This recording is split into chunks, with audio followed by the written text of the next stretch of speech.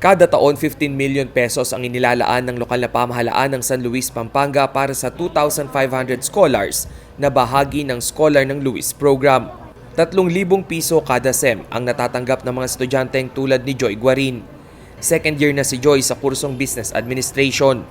Kabilang man siya sa President's List o mga estudyanteng matataas ang marka, aminado pa rin siyang malaking adjustment ang biglaang pagpalit ng face-to-face learning sa online schooling.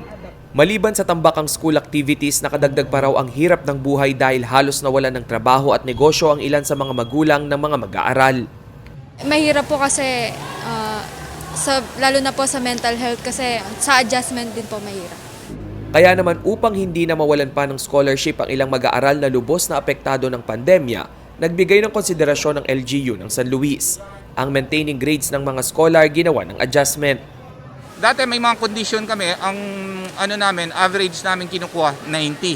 So ngayon, dahil nga pandemic, per year, do sa first year binaba namin ng 85, second year and to third year 80% na lang.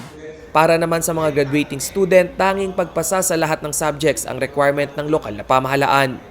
Doon sa fourth year, fifth year, dahil galing din naman tayo bilang estudyante, na-experience natin yan, napakahirap na ng mga fourth year and fifth year. So ang is, basta wala nang tayong grades na pinag-uusapan, wala nang average. Ang importante, wala kang bagsak and walang incomplete grades, pasok ka na sa scholar.